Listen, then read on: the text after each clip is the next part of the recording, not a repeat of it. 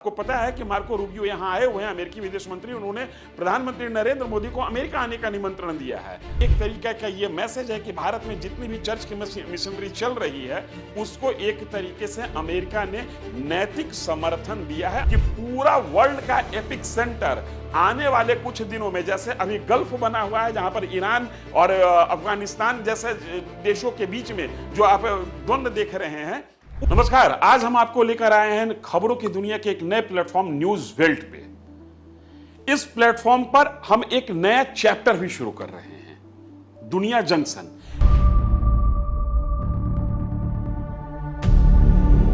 इस चैप्टर में हमारी कोशिश होगी कि हम आपसे इंटरनेशनल खबरों के बारे में डिस्कस करें और यह समझने समझाने की कोशिश करें कि जो भी वैश्विक घटनाएं हो रही हैं, जो भी इंटरनेशनल अफेयर्स चल रहा है, उसमें भारत कहां पे है, भारत का नफा कहां पे है और भारत को नुकसान कहां पे है।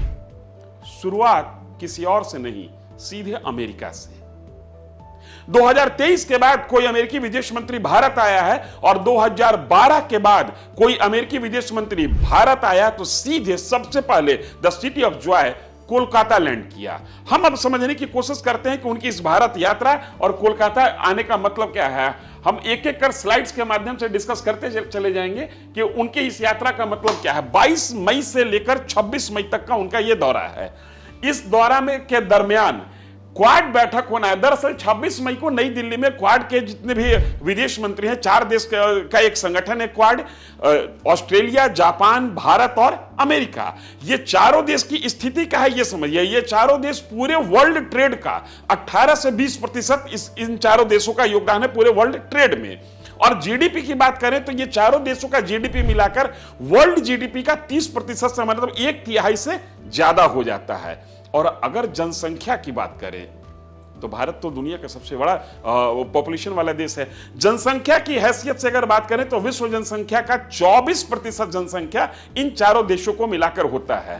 क्वाड एक तरीके से इंडो पैसिफिक रीजन में, भारत के हिंद महासागर और प्रशांत महासागर के रीजन में, इस क्षेत्र में शांतिपूर्ण व्यापार, जलवाहन, इन तमाम चीजों में आपसी एक सहमति के साथ है। इसको बढ़ावा देने के लिए इसका गठन किया गया था। इसका कोई अस्थायी मुख्यालय नहीं है। इस साल भारत में क्वाड, जितनी भी क्वाड को लेकर बैठकें होंगी उसको भारत होस्ट करेगा। लिहाजा इस समय अभी जो विदेश मंत्रियों की बैठक हो रही है वो 26 तारीख को नई दिल्ली में होनी है। इसके बाद चारों देशों के राष्ट्राध्यक्षों की भी बैठक होनी है। आप मंत्री, उन्होंने प्रधानमंत्री नरेंद्र मोदी को अमेरिका आने का निमंत्रण दिया है, लेकिन उसके पहले संभव है कि क्वाड के राष्ट्राध्यक्षों की बैठक अगर तय हो जाए तो अमेरिकी प्रेसिडेंट को भारत आना चाहिए। इस तरीके की स्थिति बन रही है। तो कोलकाता सबसे ही आते हैं। कोलकाता आने का मतलब क्या है ये समझिए। मार्को रूबियो खुद जो क्रिश्चियन परंपरा में कैथोलिक समुदाय से आते हैं और कोलकाता में मदर टेरेसा के हेड ऑफिस है।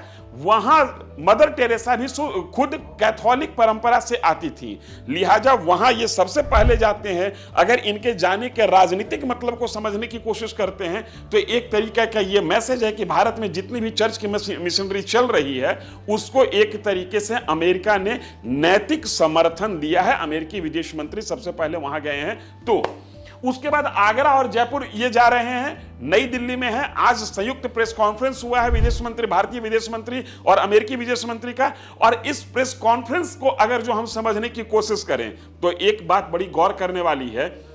अमेरिकी विदेश मंत्री ने कहा कि अमेरिका, ट्रंप प्रशासन आज की तारीख में अमेरिका फर्स्ट पर काम कर रहा है और भारतीय विदेश मंत्री ने कहा कि हमारी हर योजना में इंडिया फर्स्ट है।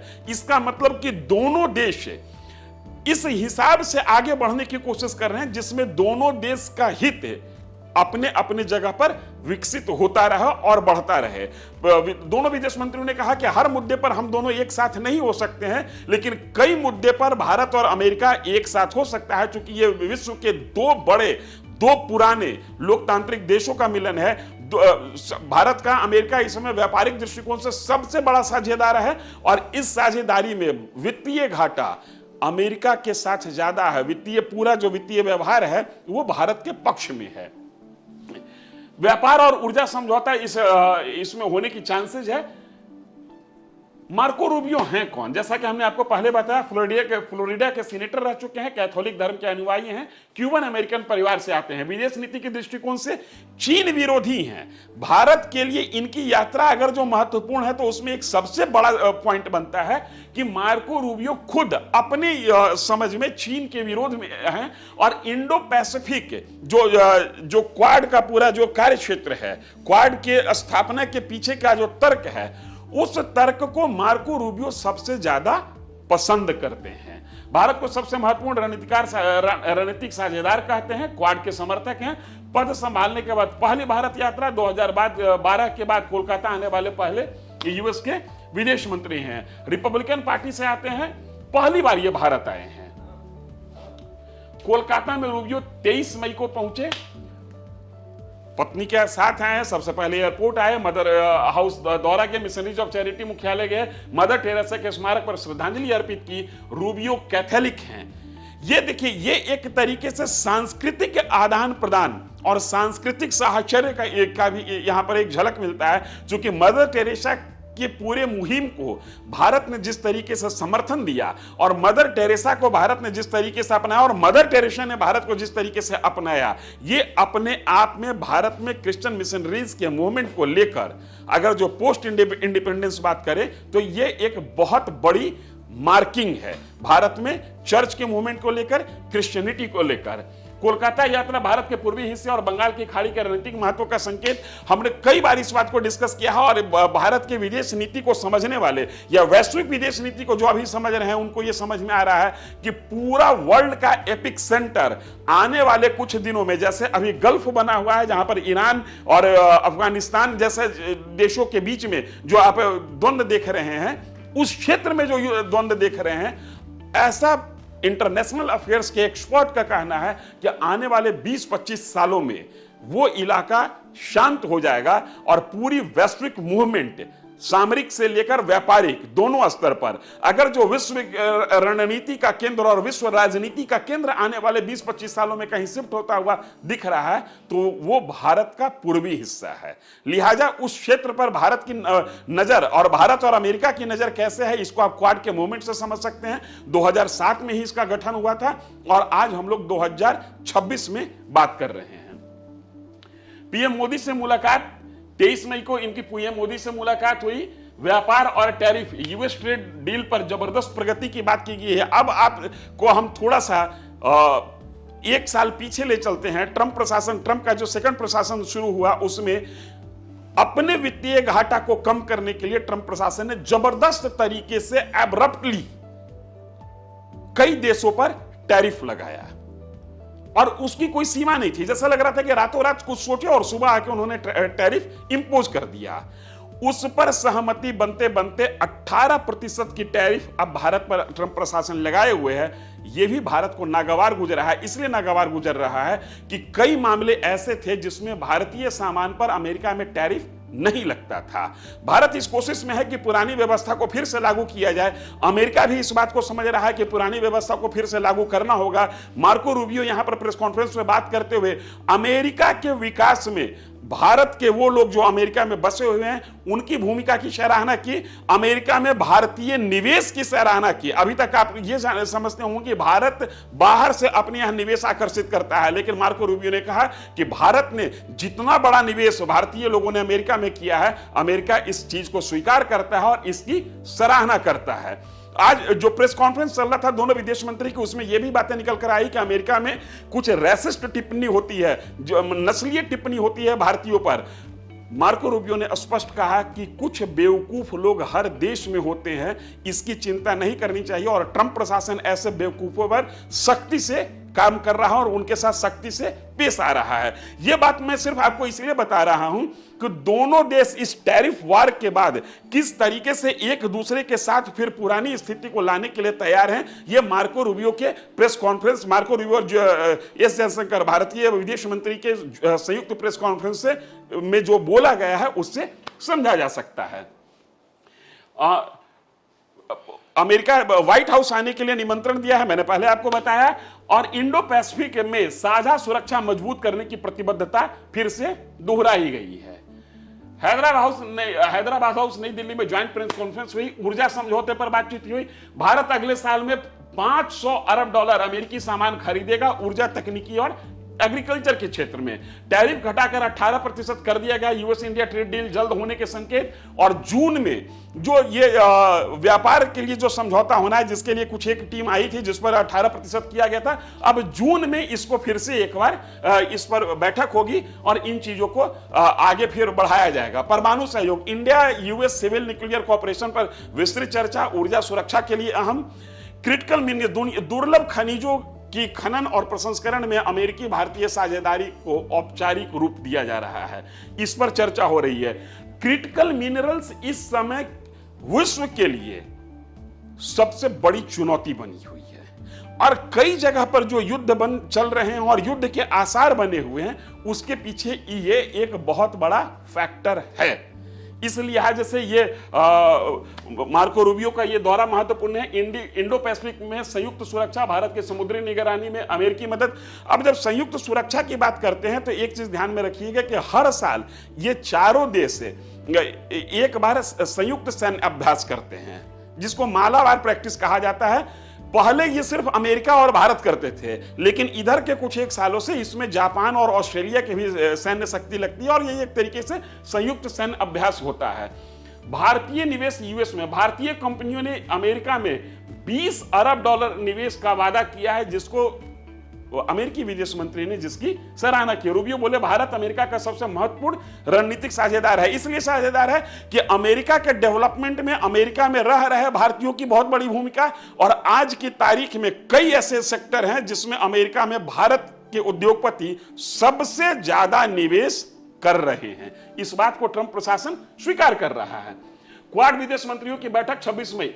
ये चारों देश हैं जो कि क्वाड के सदस्य हैं और इनकी बैठक 26 मई को होनी है, जैसा कि हमने आपको पहले बताया। उसी बैठक के मद्देनजर यहां आए हुए हैं। क्वाड एजेंडा के मुख्य बिंदु क्या है? इंडो पैसिफिक में नियम आधारित व्यवस्था बनाना, समुद्री सुरक्षा, साउथ चाइना सी और straight of Hormuz. State of Hormuz तो आप बेहतर समझ रहे होंगे, इस समय स्टेट ऑफ हॉर्मुज सबसे ज्यादा चर्चा में है। लेकिन उसके बाद अगर जो विश्व की नजर किसी समुद्री रास्ते पर टिकी हुई है तो वो साउथ चाइना सी के पर टिकी हुई है।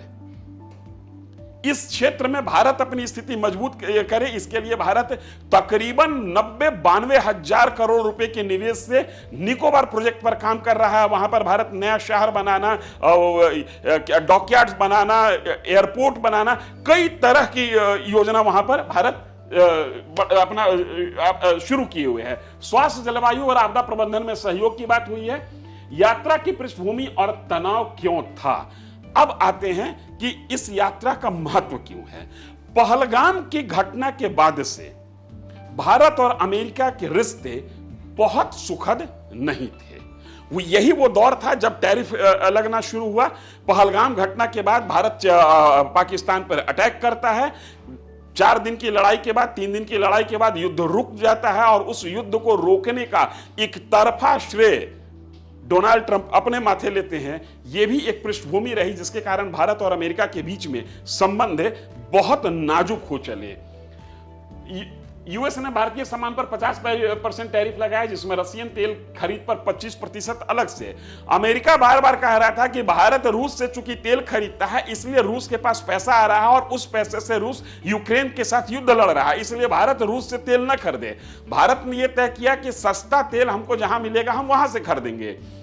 इस नाम पर, इस तर्क के आधार पर 25% और ट्रंप प्रशासन ने भारत पर टैरिफ लगा दिया था।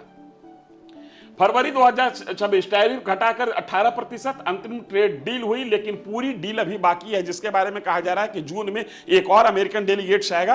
वो डेलीगेट्स भारत के साथ ट्रेड डील को शायद अंतिम रूप दे पाए। ट्रंप का बीजिंग दौरा भारत में चिंता की अमेरिका, पाकिस्तान और चीन को बढ़ावा दे रहा है। हाल में ट्रंप प्रशासन बीजिंग यात्रा पर थे और इस यात्रा के बाद एक बात और निकल कर आ रही थी कि जो एशिया के 2 बढ़ती उभरती ताकत है, चाहे वो सैन्य रूप में हो या आर्थिक रूप में हो, अमेरिका एक तरफ भारत से दोस्ती कर रहा था और जब भारत से दोस्ती थोड़ी नाजुक हुई तो अमेरिका तुरंत चीन की ओर देखने लगा। यह भारत के लिए चिंता का विषय था और यह चिंता का विषय इसलिए था कि इससे अविश्वास पैदा हो चला था। लिहाजा जैसे ही ट्रंप प्रशासन का अमेरिकी दौरा समाप्त होता है वैसे ही 26 मई को भारत में क्वाड के विदेश मंत्रियों की बैठक होनी है और अमेरिकी विदेश मंत्री भारत 22 मई से ही आ जाते हैं। लिहाजा इसका मतलब यह है कि जो अविश्वास का दौर चल रहा था उस अविश्वास को कम करना, उसको विश्वास में कन्वर्ट करने की रणनीति पर काम कर रहे थे दोनों देश। जयशंकर रूबियो की बैठक 24 मई को हुई।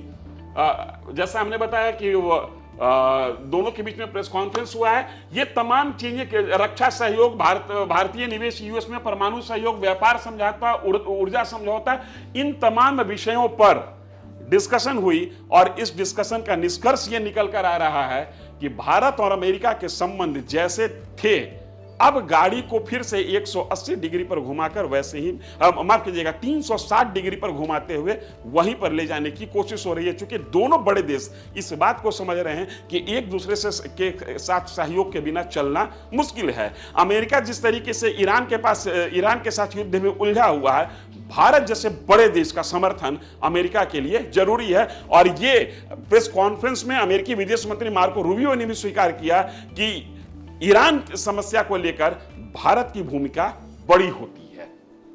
भारत अमेरिका संबंध 21वीं सदी के सबसे निर्णायक रिश्ता है। मार्को रूबियो, नई दिल्ली में इनका वक्तव्य है। जून 2026 में ट्रेड डील का अगला दौर होगा, ये इसमें तय हुआ। फुल एग्रीमेंट की उम्मीद है।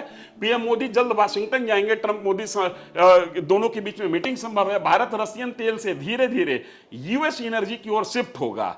ये अमेरिका के पक्ष में इस पूरे विदेश यात्रा में और ट्रेड डील में जो सबसे अमेरिका के पक्ष में जो जा रहा है वो ये है कि अमेरिका चाहता है कि भारत रूस से तेल न खरीद के हमसे तेल खरीदे।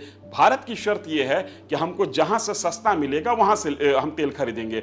अब जब तेल का दाम, क्रूड ऑयल का दाम वैश्विक स्तर पर अपने चरम पे है, ऐसी स्थिति में अमेरिका भारत को ऑफर कर रहा है कि आप हमसे तेल खरीदिए। अब देखना दिलचस्प होगा कि भारत इस ऑफर पर क्या रिएक्शन करता है। क्वाड और मजबूत होगा। चाइना काउंटर बैलेंस की रणनीति तेज होगी। क्वाड के निर्माण के पीछे का तर्क ही यही था कि चीन के बढ़ते प्रभाव, चाहे वो सामरिक दृष्टिकोण से हो या व्यापारिक दृष्टिकोण से हो, उसको नियंत्रित किया जाए। भारत विश्व का सबसे बहुत बड़ा बाजार है। चीन विश्व का बहुत बड़ा बाजार के साथ साथ बहुत बड़ा उत्पादक देश है। लिहाजा भारत का ग्रोथ है वैश्विक रणनीति में अमेरिका के लिए भी सुटेबल है। अब देखना यह दिलचस्प है कि अमेरिका भारत और चीन के बीच में कैसे बैलेंस बनाता है। एक चीज तो समझ में आ रहा है कि अमेरिकी राष्ट्रपति जैसे ही भारत यात्रा से लौटते हैं, माफ कीजिएगा, चीन यात्रा से लौटते हैं, अमेरिकी राष्ट्रपति जैसे ही चीन यात्रा से लौटते हैं, अपने विदेश मंत्री को वो भारत भेज देते हैं। हम इस मीटिंग पर नजर बनाए हुए हैं, हम अंतरराष्ट्रीय अफेयर्स पर नजर बनाए हुए हैं और जैसे ही कोई बड़ी घटना हुई, जैसे ही कोई ऐसी घटना हो जिससे भारत के अंतरराष्ट्रीय संबंध प्रभावित होते हो, हम आपके साथ साझा करेंगे जरूर। आप बने रहिए न्यूज वर्ल्ड के साथ। यह हमारा नया प्लेटफॉर्म है और इस नए प्लेटफॉर्म का यह नया चैप्टर है दुनिया जंक्शन। धन्यवाद।